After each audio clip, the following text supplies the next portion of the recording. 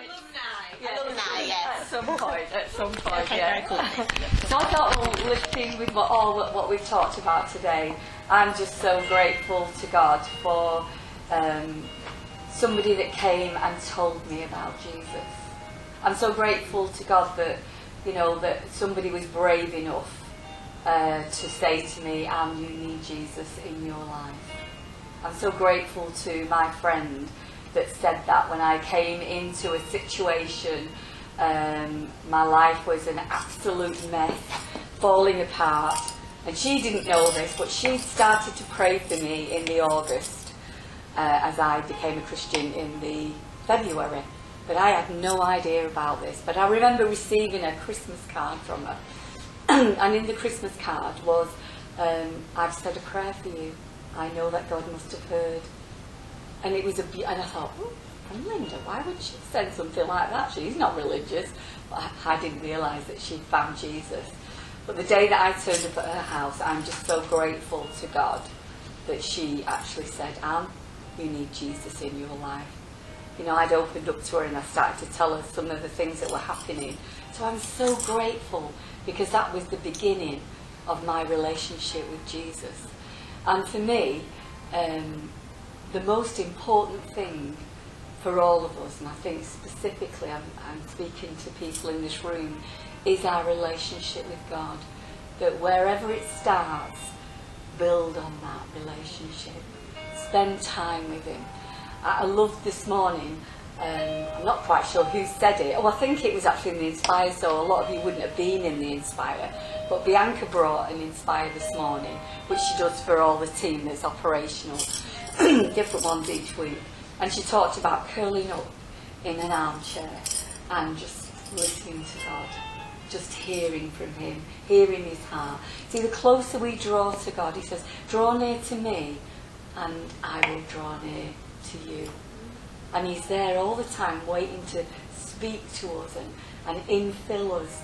You see, we have nothing to give to this world unless we first receive it from Jesus. We have absolutely nothing. But every day, as we come into God's presence, as we sit in His presence or kneel in His presence, whatever you feel comfortable with, then that will fill you with wisdom and with power and with His Holy Spirit, so that you are exactly what Claire said, not half full, not half empty, not full, but overflowing. Because it's the overflow that touches everybody else. You see, God wants to fill us up, but not just fill us up, because then that's just enough for me, and it's enough for you. But God says, no, I want to fill you to overflowing, so that your life can overflow and touch the lives of all the people that you come into contact with. And that is so vitally, vitally important. When my life fell apart again was when my husband, he had numerous affairs, but he got to a point where he'd moved one of the mistresses into the house. We had a very big house. And I just thought, this is not right, this is not acceptable. I'm a leader of a church, and I wasn't the main leader, I was an associate pastor, like Pastor Tony is, and Lisa and Phil and Tracy. But I thought, this is just not right. But I thought, I've got to love this person. I've got to love them through this difficulty. But then one day, God just spoke to me. And I was sat at the dressing table. He talks to me a lot while I'm at the dressing table, because I am at the dressing table a lot. And then, as I was sat there, it's amazing, isn't it, where God will speak to you. And I remember sitting at the dressing table, and all I'd heard from God was I've only heard His audible voice twice. And this is what He said to me, go. And I'm thinking, go where? It's like, what are you saying, Lord? And as I sat at the dressing table, I just saw these words, Lytham St Anne's, Lytham St Anne's, and they were flowing like snow coming out of the thing. And I thought, Lytham St Anne's? Where's Lytham St Anne's? Never even heard of Lytham St Anne's. But I got on the internet and I found out where it was on the coast, and that's how I ended up. And 7 days later, I'd moved into an apartment on Clifton Drive, which was round the corner from the that lovely park that we have there. Ashton Gardens, the lovely Ashton Gardens. And I didn't know anybody. I came out onto the coast, didn't know absolutely anybody. But I did know Jesus. And there was a closeness of relationship. And in all of that, I look back on it and I think every single day I got up and I walked to Blackpool every single day. I got onto the beach and I walked, rain, hail, whatever it was, walking and talking to God and sharing my heart with him and letting him download things to me. And I did that every single day. So it took me an hour, I think, to get there, and an hour, and probably, I think, half an hour there and half an hour back. I walked fast. But out of all of that, the deepness of my relationship with God was growing and growing and growing. And I remember thinking at one point, gosh, am I going to be on my own for the rest of my life? And at one point I felt quite panic-stricken because I'd sort of like grown up in a big family. I'd always shared a bedroom with my sister Mary. She's lovely. She's a wonderful Christian, a wonderful pastor. And then, of course, I'd got married to John and I'd shared my life and I think everything with him. And then suddenly I'm here in this situation where it wasn't of my choosing and I was there all on my own, but my relationship with God grew. And I felt over that time that God did some work in me to make me feel whole and complete in him. And I think that's the key thing for all of us, whoever we are, whatever part of our journey, is to feel whole and complete in him. I didn't need another person to complete me. I felt complete in Jesus and my relationship with him. And if nobody else ever came along, that was fine. I'd come to that place where I thought, that is fine by me. Because, he has been a wonderful husband to me. He's been everything I could have needed. I remember walking around one particular day, and I probably shared this in church, and we'd had credit cards, John and I, the Visa cards and stuff like that, and for some reason I'd gone to the thing to draw out, which was both our money, and he'd cancelled the credit card, so I had no money, I had no food in, and I remember walking around St Anne's and I was crying, because I thought I'm in such pain because I'm so hungry. And yet I've got no money, I can't access any money, and I'm feeling really sorry for myself. And I said, but you own the cattle on 1,000 hills, all the silver and gold is yours, and I'm not going to go and eat grass. I think I'll be ill of eating grass in Ashton Gardens. And by the time I'd finished and walked back and opened my front door, bearing in mind, by this time I hadn't planted the church.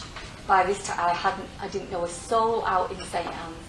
And as I walked in my front door, there was a white envelope right on the floor, and I opened the white envelope and there were £50 cash. I won't know till I get to heaven. Where did that come from? But it was God saying to me, I might own the cattle on 1,000 hills, but I am interested in you. I'm interested in what's going on in your life. That is important to me, and he will get something to you whatever way that he can get it to you, and of course he did. And so for me, out of everything that I've experienced, and I'm glad for all the experiences, let me tell you, because I know that I can minister to people powerfully because I've experienced it and I've overcome the difficulties that have hit me in my life. And out of that experience, I can empathise with people when they've gone through difficult situations. Had I not gone through difficult situations, that I would not have the same understanding of where people's pain is. But I can see the pain, and I often see it in people's eyes. And so when you go through tough times, let me say, embrace that as equipping for the next level and development of your ministry.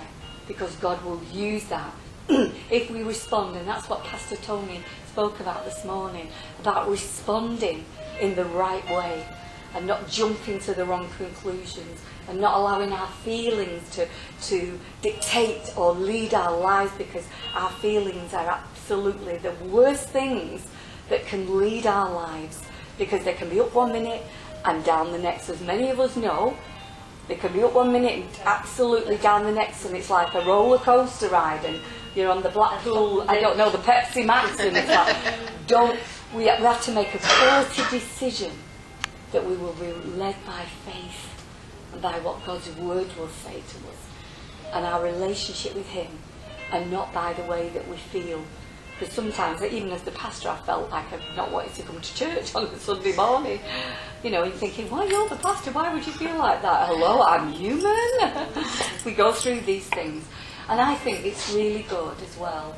I found it very helpful to me is to journal things. And I'm so glad you've got that attitude of gratitude, things that we can put into the thing every single day. Because writing things down can clarify your thoughts and your feelings, and help you.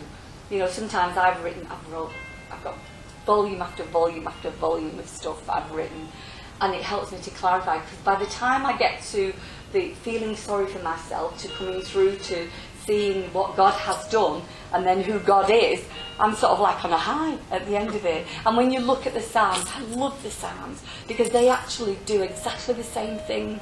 You get some of them, they're thinking, oh, why am I downcast, oh my soul, what, you know, but, and then he says, hope in God, I will yet praise him. And it's sort of like somebody who's come from a down situation into a mediocre situation, and then to realise, wow, look who God is. Why am I concerned? Why am I down? Why would I be down when the King of the universe has got my life in his hands? Well, why would I do that? And I'm just going to read to you my prayer, really.